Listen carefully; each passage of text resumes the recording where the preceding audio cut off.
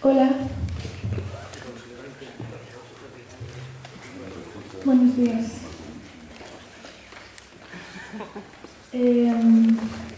Bueno, vamos a dar comienzo a esta penúltima sesión del Congreso de IPO y para ello contamos con dos personas a las que quisiera agradecer públicamente la prontitud y la generosidad con que aceptaron nuestra invitación.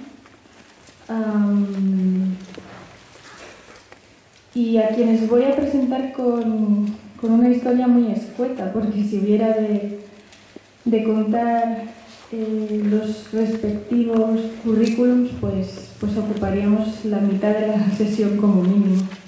Así que espero que me perdonen la brevedad. Jaime Spilka es médico psiquiatra y doctor en medicina por la Universidad de Buenos Aires, expresidente de la Asociación Psicoanalítica Argentina y vicepresidente de la Asociación y ex-vicepresidente de la Asociación Psicoanalítica de Madrid, de la que es miembro titular con función didáctica. Es asimismo miembro de la Asociación Psicoanalítica Internacional. Es autor de varios libros, entre los que cabría mencionar La realización imposible, encrucijadas de una psicopatología psicoanalítica, Sobre la cura psicoanalítica, una palabra de amor, Creer en el inconsciente y, en colaboración con Rodolfo Mogilansky, Crítica de la razón natural. Pedro Chacón, por su parte, realizó sus estudios de filosofía aquí en la Universidad Complutense de Madrid, doctorándose en 1975 con la tesis doctoral Nicolai Hartmann ante Kant, análisis de un problema de su ontología crítica. Ha desempeñado tareas docentes en la Facultad de Psicología desde 1990 y desde 1992 es catedrático. Actualmente es director del Departamento de Filosofía 4 de Teoría del Conocimiento e Historia del Pensamiento. Entre las asignaturas que ha impartido se encuentran Historia de la Filosofía, Historia de la Psicología, Teoría Psicoanalítica y Filosofía de la Psicología. Inicialmente sus intereses filosóficos giraron en torno al problema de la racionalidad en el pensamiento contemporáneo y en autores como Kant, Husserl, Comte y Bergson. Con posterioridad se especializó en temas relacionados con filosofía de la mente, de orientación analítica, como el problema mente-cuerpo, y la epistemología de la psicología, que en la actualidad constituyen sus principales objetos de reflexión. También se ha ocupado de cuestiones relativas a la epistemología del psicoanálisis y a problemas éticos de la psicología. Pertenece a la Asociación Española, a la Sociedad Española de Filosofía Analítica y a la Sociedad Española de Lógica, Filosofía y Epistemología de la Ciencia. Bueno, ocurre a veces que uno descubre que lo que pretendía decir en este caso para presentar esta mesa no solo ya había sido dicho con anterioridad, hace ya unos cuantos años, sino que había sido dicho de forma insuperable, así que me vais a perdonar, pero para presentar esta mesa voy a empezar por recurrir a las palabras de Louis Althusser. En la historia de la razón occidental, a los recién nacidos se les envuelve con los mayores cuidados, previsión, precauciones, prevenciones, etc. El prenatal es institucional. Cuando nace una ciencia joven, la familia está preparada para la sorpresa, el júbilo y el bautismo. Desde antaño, a todo niño se le atribuye un padre, y cuando se trata de un niño prodigio, los padres se disputarían su paternidad. En nuestro mundo repleto hay un sitio previsto para el nacimiento, así como incluso para la previsión del nacimiento, prospectiva. Sabemos que durante el siglo XIX nacieron 2 o 3 niños a los que no se les esperaba: Marx, Nietzsche, Freud. Hijos naturales en el sentido en que la naturaleza contradice las costumbres, el derecho, la moral y el buen vivir. La naturaleza, o sea, la regla violada, la madre soltera, es decir, la ausencia de padre legal. La razón occidental a un hijo ilegítimo se lo hace pagar caro. Marx, Nietzsche, Freud, para poder sobrevivir, tuvieron que saldar su cuenta a un precio enorme: condenas, rechazos, injurias, miseria, hambre y muerte o locura. Hablo solo de ellos, podría nombrar a otros malditos que vivieron su condena a muerte en el color, el sonido o el poema, porque dieron origen a ciencia o a crítica. Resumamos lo que es para nosotros Freud. 1. Una práctica, la cura analítica. 2. Una técnica, el método de la cura, que da lugar a una exposición abstracta de tipo teórico. 3. Una teoría que está en relación con la práctica y la técnica. Este conjunto orgánico práctico, técnico, teórico, nos recuerda la estructura de toda disciplina científica. Formalmente, lo que Freud nos ofrece posee la estructura de una ciencia. Decimos formalmente, ya que las dificultades de la terminología conceptual de Freud, la desproporción a veces sensible entre sus conceptos y su contenido, nos llevan a preguntarnos: ¿este conjunto orgánico, práctico, técnico, teórico nos relaciona con un conjunto verdaderamente estable y fijo a nivel científico? O dicho de otra manera, ¿la teoría, en dicho conjunto orgánico, es verdaderamente una teoría? O por el contrario, ¿no será quizás una simple transposición metodológica de la práctica, la cura? En última instancia, ¿se trata de una práctica grandilocuente, de una teoría en parte silenciosa? ¿Es una práctica altanera o avergonzada de no ser más que la magia social de los tiempos modernos? ¿Qué es, pues, el psicoanálisis? Sabemos, habida cuenta los títulos de las ponencias que conforman esta mesa, que en el caso de Jaime Spilka es la cura psicoanalítica como asunción ética, y en el caso de Pedro Chacón, verdad analítica versus verdad objetiva. Sabemos, repito, que la respuesta a la pregunta de Althusser, que no es otra que la pregunta propiamente filosófica por el psicoanálisis, tiene que ver con el descubrimiento de una verdad, verdad intolerable, es decir, que no admite ni transacciones ni restricciones, como define la verdad Freud en Nuevas lecciones para una introducción al psicoanálisis, una verdad en relación a una economía libidinal que exige una intervención racional, la cura. Esto es, que exige una institución clínica. Dicho sea de paso, que allí donde hay una economía se hace necesaria una intervención racional y esta ha de tener la forma de una institución. Sabemos, además, que todo ello tiene por fin último la posibilidad de una ética, es decir, que solo mediante una analítica de las servidumbres del yo, y esto no solo es una parte de cierta obra de Spinoza a la que Freud leyó con total devoción, y que por cierto lleva precisamente por título Ética, sino que también es la última parte del yo y el ello. Repito, que solo a partir de semejante analítica de las servidumbres del yo puede darse con algo así como el hombre libre, con el hombre sano, aunque solo sea como ideal. Hombre sano que, como gustaba mucho definir a Freud la salud mental, no es otra cosa que un hombre capaz de amar y de trabajar. Y tiene la palabra Jaime Spilka.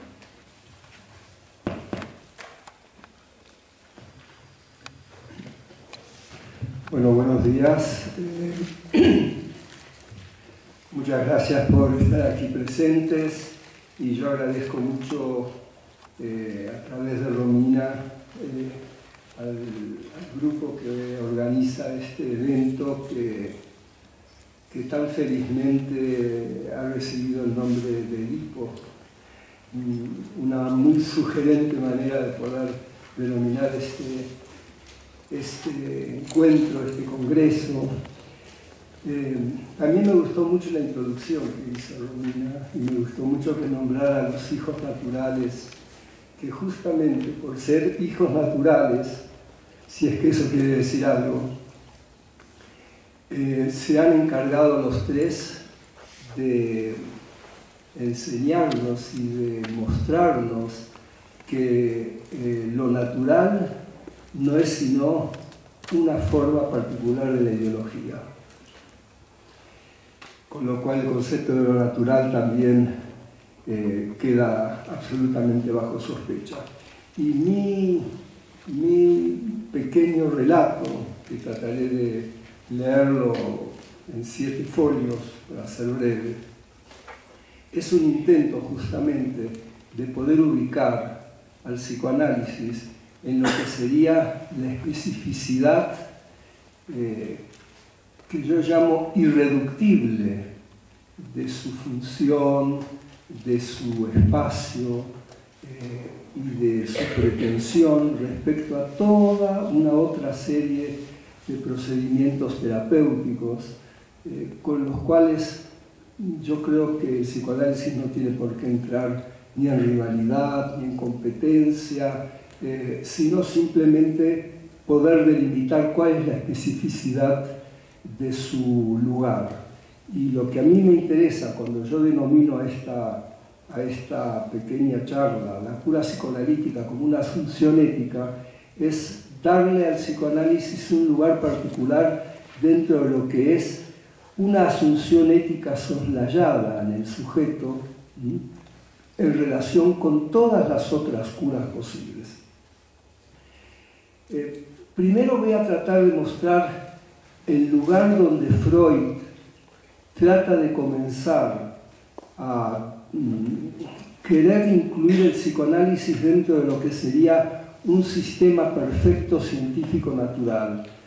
Y después voy a tratar de ir desglosando todo este sistema para tratar de justificar y sostener que el gran desarrollo freudiano comienza cuando toda esta aparente inclusión del psicoanálisis en lo que llamaríamos un punto de vista de ciencia natural se va velando, se va desnaturalizando y aparece con más claridad cuál es el sujeto específico del psicoanálisis. Pero lo voy a leer para poder ordenarlo mejor. En el proyecto para una psicología científica, que es uno de los trabajos más tempranos de Freud, Freud quiere ubicar al psicoanálisis dentro de una ciencia natural. Estamos hablando de un Freud de 1895. El sistema parecería perfecto, porque Freud quiere presentar al aparato psíquico como un órgano que está destinado a favorecer la descarga adecuada o a inhibir la descarga inadecuada. Por ejemplo, evitar una satisfacción alucinatoria para poder encontrar al objeto de satisfacción de la necesidad en lo real. Por ejemplo, no satisfacerse con una imagen alucinada del pecho, encontrar el pecho real. Eso sería favorecer la descarga adecuada. Para que la representación perceptual de la realidad prepondere sobre la alucinatoria. Y al mismo tiempo evitar la descarga inadecuada, porque la descarga inadecuada no satisfaría la necesidad en su plenitud. Ambas funciones, evitar la descarga inadecuada y favorecer la descarga adecuada, están al servicio de lo que Freud llamaba el principio de placer, en consonancia con el principio de realidad. Ambas funciones se alían y evitan lo que Freud llamaba una descarga de los procesos primarios, una descarga incontrolada que el yo no podía manejar.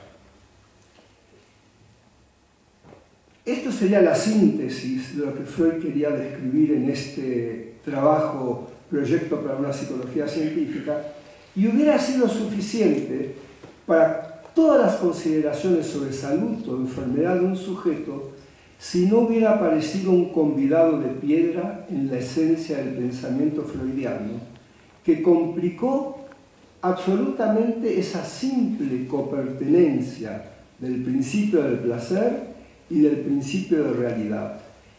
Y a este convidado de piedra podríamos llamarlo principio de licitud, principio de legalidad.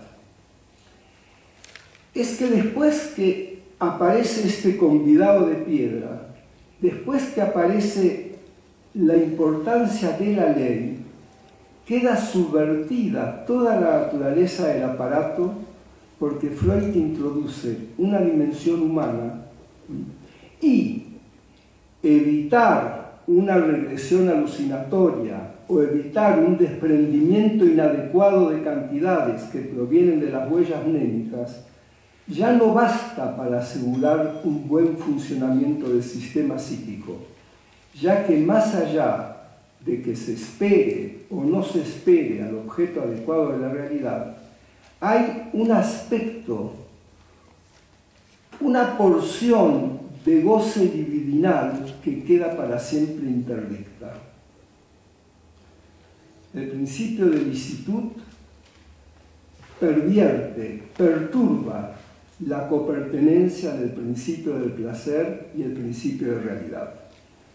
Así podemos plantear por una parte al principio de realidad en torno a una defensa primaria y por otra parte plantear que hay, gracias al principio de licitud, una represión esencial que tiene que ver con la introducción del complejo de Edipo, con todo su cortejo de censura, con las consecuencias lingüísticas que se constituyen y las complicaciones éticas que se inauguran, y expresan realidades totalmente diferenciadas, porque aún compartiendo la inhibición de la descarga, que es lo que a Freud le interesaba al comienzo, en espera de una acción específica correspondiente, cuando se introduce la licitud y cuando se introduce el concepto de represión edípica, se produce una inhibición definitiva de la acción, a partir de la cual hay un deseo, que los psicoanalistas llamamos deseo fálico, articulado a una representación, que es la representación materna, que se encuentra para siempre emplazado por una amenaza, que es lo que llamamos amenaza de castración, y que articula de ahí en más para siempre el deseo a la angustia, y crea un perenne enigma en torno al objeto que pasa a cobrar la categoría de lo que llamamos la representación inconsciente de cosa. Solamente en este terreno podemos captar la sutileza freudiana cuando discrimina que puede haber cosas que son placenteras para un sistema, el sistema inconsciente, pero displacenteras para otro sistema, el sistema consciente. Y se crea así una brecha dentro del sistema del aparato psíquico entre lo que Freud en alemán llamaba la Befriedigung, la satisfacción de la necesidad, y la Erfüllung, el cumplimiento del deseo. Y en este punto encontramos la razón princeps de que son las consecuencias de la inclusión del principio de licitud, del complejo de Edipo, de la amenaza de castración y de la legalidad en general, los que hacen fallar al proyecto de una psicología científica como modelo de un sistema casi perfecto de aparato psíquico natural.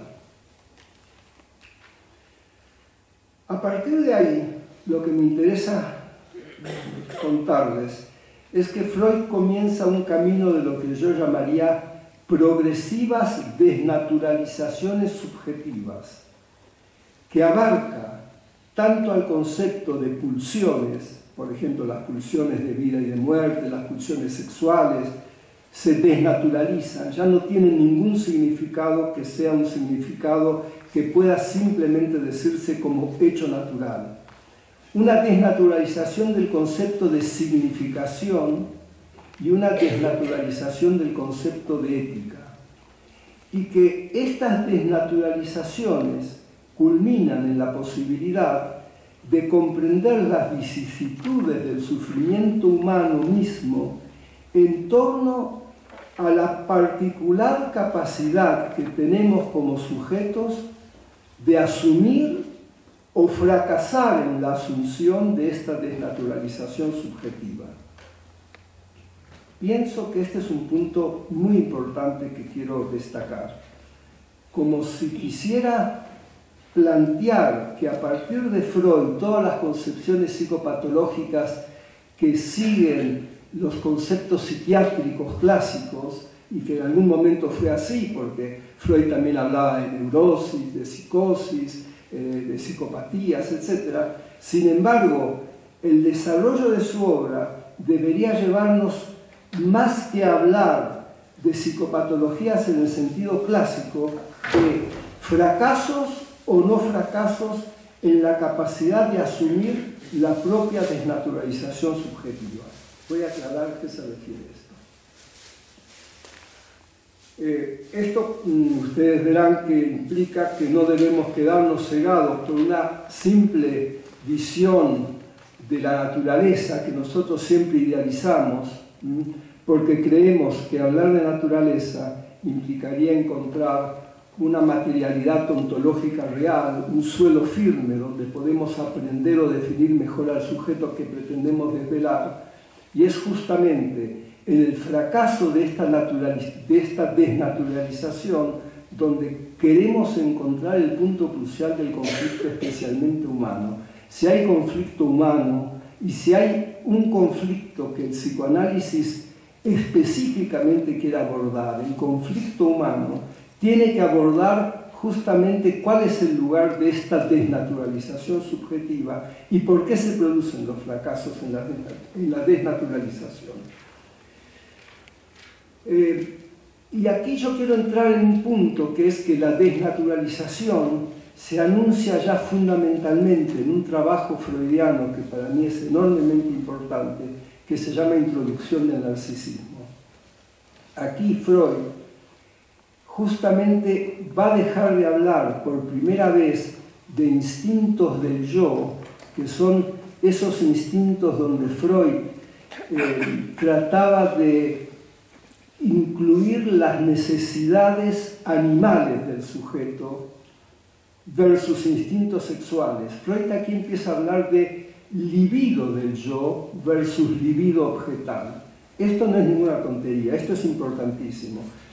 Porque ya no se trata de asegurar al ser en torno a la mera preservación animal, sino que hay un conflicto entre una imaginaria unidad del yo, la libido del yo, a diferencia del instinto del yo, se refiere a una imaginaria unidad del yo, fascinado con su propia imagen inerte, una unificación que está siempre en riesgo, versus la investidura de un otro, libido objetal, casi como cosa imposible, como enigma, como afrenta, pero sobre todo como amenaza a esa unidad imaginaria del ser.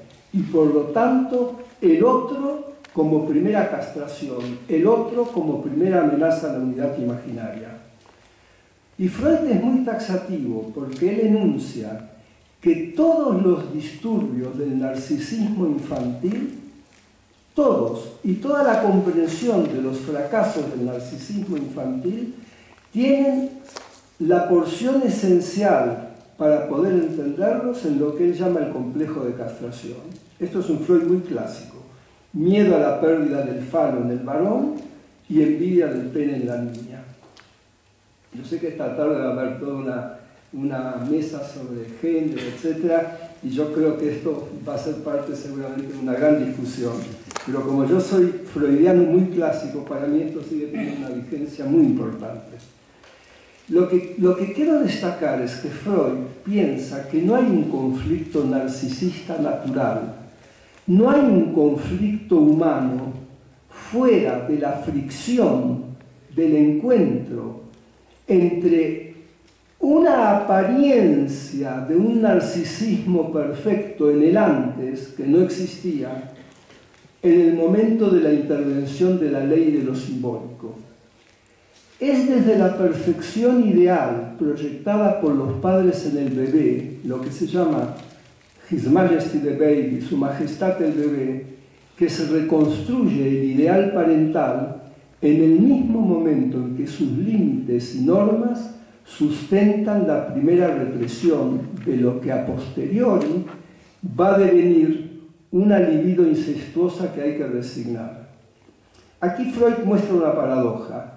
Para recuperar un narcisismo primario, una plenitud supuestamente perdida, se hace necesaria una escisión psíquica, una represión ignorada gracias a la cual el sujeto recupera su unidad.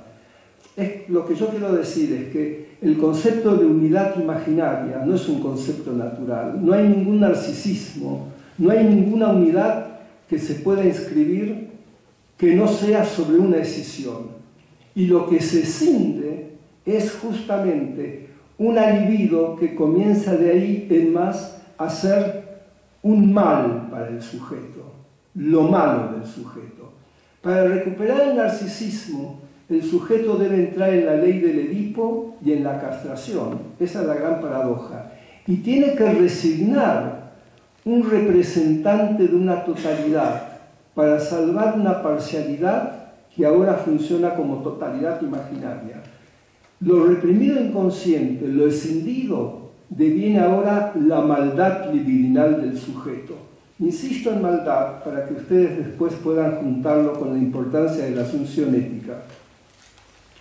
En este momento emerge una constitución subjetiva, ya que antes, cuando el narcisismo supuestamente era, no había signo que midiera la perfección, y solamente cuando la medida aparece en el otro, en su función de ideal, a posteriori, la palabra alemana de Freud es nachträglich, se puede hablar de una anterioridad perdida, proyectada, ahora en el ideal paterno desde el cual el narcisismo quiere recuperarse. Es como si uno dijera, la idea del paraíso aparece después de su pérdida. El concepto de falo, que es simplemente el índice de una totalidad perdida que nunca se tuvo, se resigna y el sujeto se humilla frente al ideal, adquiere la medida en el ideal de lo que perdió, sin haberlo tenido nunca en el antes y sin poderlo tener jamás en el después. Así ocurre con el concepto de ser, con el concepto de verdad, que representan lo mismo, paradójicamente, lo que antes no era y después no puede ser. Solamente después de valorar la importancia de la represión, se puede diferenciar un yo ideal, donde el bebé queda predicado por el otro como objeto de perfección, una majestad, el bebé majestuoso, de un ideal del yo, donde el bebé queda a expensas del amor del otro, devenido ideal y subordinando un deseo para siempre asintótico, donde se hace imposible hacer coincidir, hacer uno al yo con el ideal. Cuando se erige el ideal, nos hacemos humanos. Y paradójicamente la vida ya no vale la pena de ser vivida por la vida misma. La vida no vale la pena de ser vivida si no tiene un sentido que paradójicamente como tal está fuera de la vida misma. Lo único que está fuera de la vida misma, soportando un sentido, es el significante. Y en tanto el significante, la ley, el ideal, atraviesa nuestra vida para siempre de cabo a rabo, podemos decir que vivimos más, por ejemplo, para salvar nuestro buen nombre o nuestro honor que nuestro cuerpo biológico, trascendiendo cualquier racionalidad natural de acuerdo a fines de supervivencia. Esto implica desnaturalizar cualquier representación de la pulsión, de su función racional perceptual, para otorgarle un valor simbólico, a la cual el sujeto queda subordinado.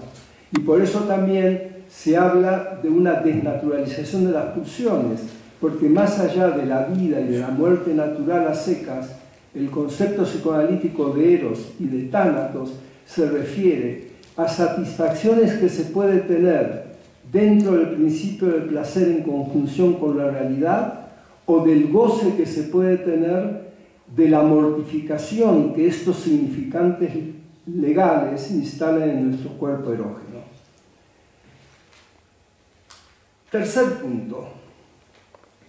Cuando yo hablo de desnaturalizar, hablo de desnaturalizar también al concepto de inconsciente.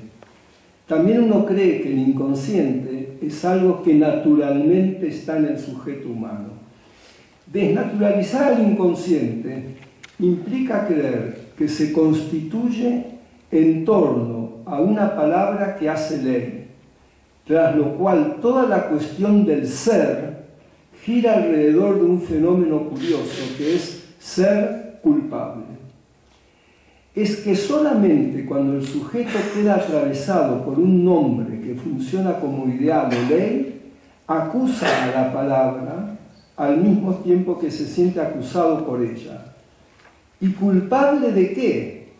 Culpable de ser la criatura sexual animal que jamás podrá estar a la altura de la palabra de su nombre, de su ley o de su ideal.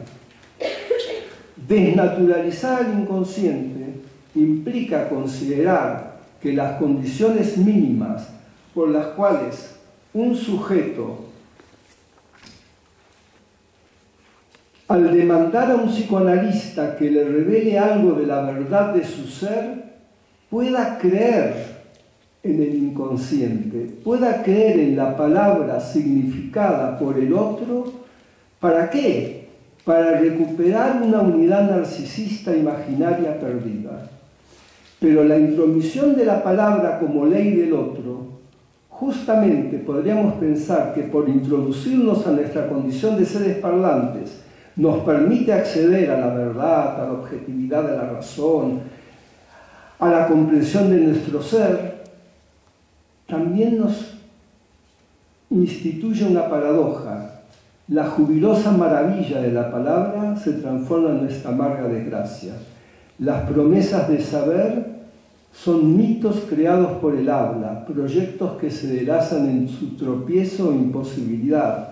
Y eso se ve perfectamente en los fantasmas histéricos y obsesivos y en las producciones psicóticas. Es decir, la condición parlante nos fuerza y nos impone la búsqueda de aquello mismo que finalmente nos torna imposible. Por eso me gusta decir que en Freud hubo una destitución del júbilo de la palabra. Y me gusta decir que porque se dice hay algo que se quiere saber y que no se puede saber. El inconsciente como concepto y objeto no natural se constituye alrededor de este fenómeno. Y por eso, después del psicoanálisis, la lingüística y la semiología tienen que ceñirse a una paradoja radical. Porque se dice, se puede decir, y porque se dice, no se puede decir. La hipótesis radical del inconsciente no soslaya la pérdida, el duelo que el habla implica, y se torna en un imperativo ético que insiste en una maldición que se gesta en el ser por efecto del habla, atravesando todos los unos de significados que como plenitudes narcisistas de un saber constituido se quieren construir. ¿Para qué? Para recuperar el espacio donde se genera el deseo, en esa brecha que se genera entre la razón y la palabra en relación con la verdad. El deseo inconsciente como la imposibilidad de la verdad son la entropía generada por la razón misma. Y frente a la universalidad de la razón, el psicoanalista dice, escuchemos la singularidad subjetiva del deseo. Y frente al saber absoluto, el psicoanalista dice, la verdad como imposible. El aristotélico hombre igual animal racional se transforma en hombre igual animal deseante. La unidad narcisista se fractura por la intervención de la palabra como ley. Es el fracaso del significado en el mismo momento en que surge la significancia. Por eso una semiología psicoanalítica se discrimina de cualquier otra que no toma en cuenta el concepto de inconsciente. Hay una simbolización débil que asigna palabras a ciertas emociones tempranas que giran en torno a una psicología evolutiva. Por ejemplo, un niño tiene sueño, tiene hambre, tiene angustia, tiene dolor. Aquí las palabras reducen y contienen en su decir lo que se intenta significar. El sujeto no aliena su ser en la palabra, sino que lo realiza. Porque se dice, se puede decir. Pero hay una simbolización dura en la que entran en juego el concepto de falo y de castración, donde en lugar de una realización imaginaria del ser, donde el ser salva su narcisismo, se efectúa una alienación irreductible y donde la constitución del inconsciente y la represión tienen todo para decir. Porque se dice, no se puede decir. Y es desde esta perspectiva que se inscribe la marca de la constitución ética del inconsciente y su estructura de creencia en torno a una hominización que instaura solamente la estructura edípica. Por eso me importa destacar que el momento mítico de la significación primordial y de la significancia en general pasa por la ley paterna que profiere la primera interdicción del goce en lo real. El momento mítico, la paradoja podría ser: esta es tu madre, con lo cual comienza el intríngulis de la cuestión, porque desde una semántica débil, madre se refiere a una cascada empírica de un mundo perceptual razonablemente organizado. Madre es la que da la vida, la que alimenta, la que tiene tal o cual característica predicativa, pero desde una semántica fuerte, madre, la mujer del padre, solamente instituye una interdicción del goce fálico con lo real. Y la ética humana se constituye y se instituye en el seno de esta interdicción, porque madre pasa a ser el primer significado, dando la razón de lo que significar implica. En tanto todas las interrogaciones del después sobre qué significa significar refieren monótonamente lo mismo: una interdicción del goce total en lo real, una negatividad y una ausencia en lugar de una cosa natural significada del mundo, una falta en lugar de una presencia positiva. Esto es desnaturalizar la significación. Y si en la semántica débil se da el júbilo tautológico de porque se dice, se puede decir, en la semántica dura o propiamente dicha, la que el psicoanálisis instituye, la que instituye el inconsciente, el júbilo se vela en porque se dice, no se puede decir. En un caso se pretende saber qué se simboliza, mientras que en el otro se simboliza a posteriori. ¿Qué se simboliza? Aquello que por simbolizar cae por efecto de la simbolización misma. Se pierde totalmente el vínculo con lo natural. Y es a partir de este movimiento que lo reprimido, este es un punto que para mí es muy importante, que lo reprimido queda postulado como un bien natural articulado a un mal moral, mientras que desde lo represor se ve la otra cara del par, un mal natural unido a un bien moral.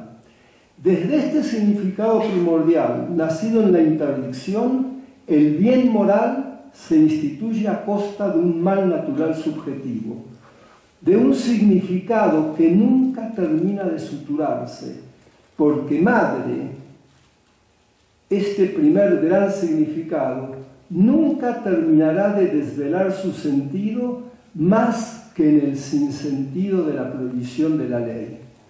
Y así se crea una paradoja ética y lógica, donde en torno a la ley hay un bien en el mal y un mal en el bien.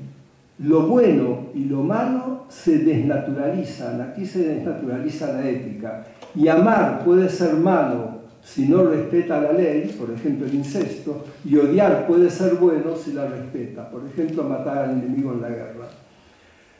Junto a la desnaturalización del inconsciente y la desnaturalización de la significación y la desnaturalización de la ética, se constituye tal vez una dimensión que yo llamaría la específicamente humana, donde el sujeto humano va a testimoniar, festejar, pero también lamentar la emergencia del sentido unido al sinsentido, en una conjunción sempiterna donde se alían la epifanía, la aparición jubilosa y la ruina. La palabra comienza de verdad cuando desde la interdicción del goce fálico, del goce con lo real por el imperativo, se constituye en un inconsciente en el cual creer, una verdad para callar y para mentir, y toda una cadena de resignificaciones donde la represión secundaria apunta a una primaria y esta a su vez a una originaria, en todo un sistema de resignificaciones donde el sujeto mima en su aparente rehusar el significado al significado que en realidad se le rehúsa para siempre a él.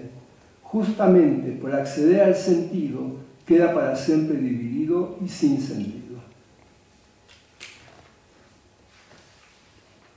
La gran fractura narcisista en realidad padece para siempre al significado que se le sustrae y el sujeto intenta sostener ese goce traumático en el lugar del goce imposible con lo real. Y allí se da el momento fundamental de la asunción ética, cuando el sujeto tiene un tenue instante de elección. Siempre se habló de que el psicoanálisis trabaja constantemente con el determinismo inconsciente y no da lugar a la libertad en el sujeto.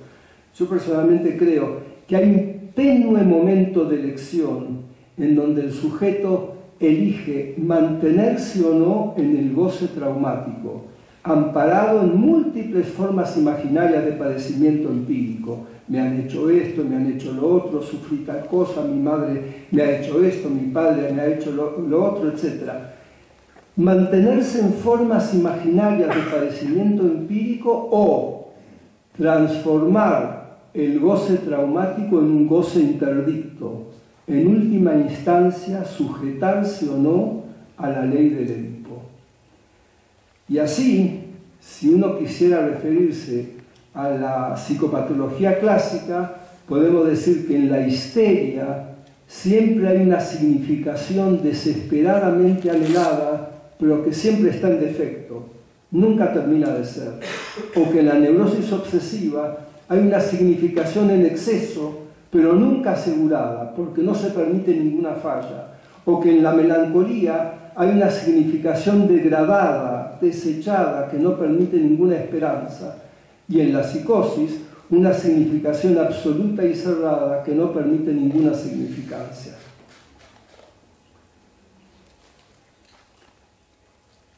De esto, lo que quiero es definir que el inconsciente es un órgano ético, fundamentalmente, que se organiza paradójicamente cuando se articula en un sujeto un bien instintivo, catalogado como bien natural en el antes, con lo que se considera un mal moral.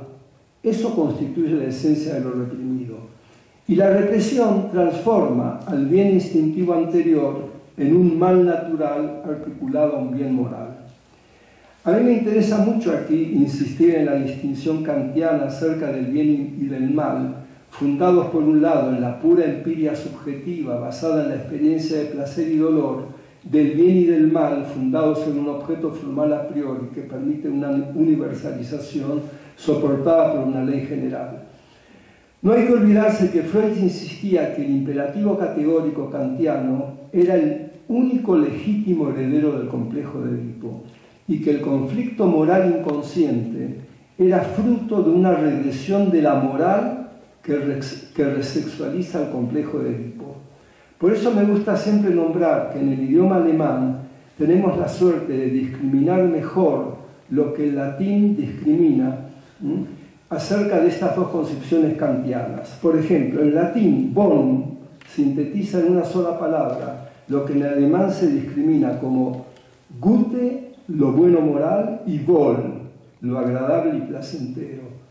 Y en el latín, malum sintetiza lo que en alemán se discrimina como bese, lo malo moral, y ve, lo displacentero, lo sufriente.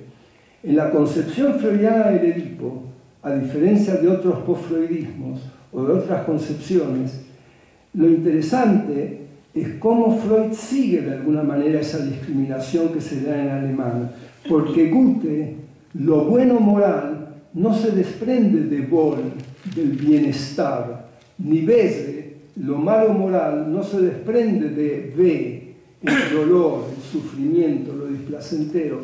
Hay un entrecruzamiento que culmina justamente en lo opuesto. Todo lo del orden del Wohl, el bienestar, el placer, se articula a belle, a lo malo moral, mientras que todo lo del orden del be, el displacer, el dolor, se articula al gute, lo bueno moral. Lo bueno y lo malo se desgajan de cualquier experiencia empírica y de cualquier monserga moralista natural que afirma que el amor es bueno y el odio es malo, sino que lo que manda es su relación con la ley. El sujeto sufre en el centro de su ser una paradoja ética y lógica que lo convoca constantemente. Desnaturalizar el inconsciente implica justamente considerar todo el sufrimiento humano acerca de esta paradoja lógica y ética.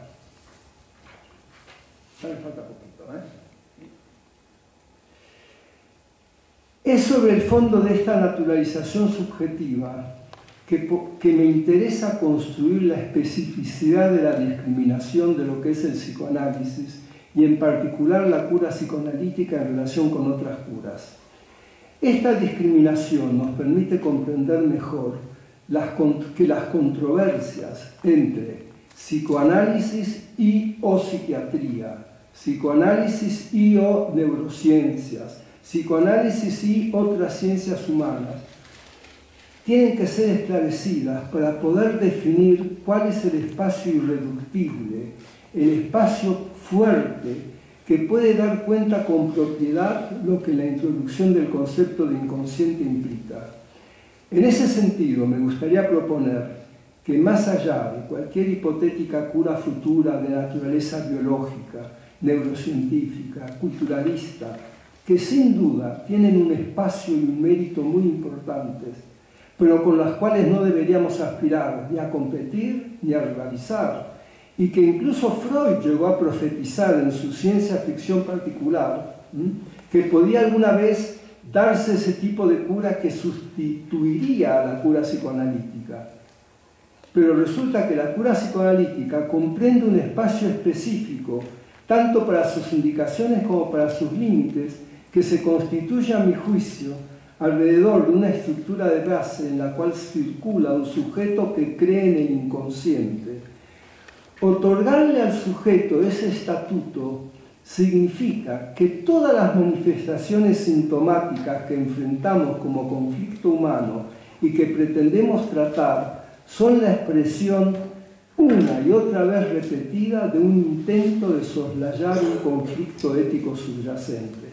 El espacio irreductible psicoanalítico sería el del enfrentamiento con un conflicto ético soslayado y el desencadenamiento de una dialéctica ética estancada que impide la asunción de una ética que yo llamo la ética del no todo.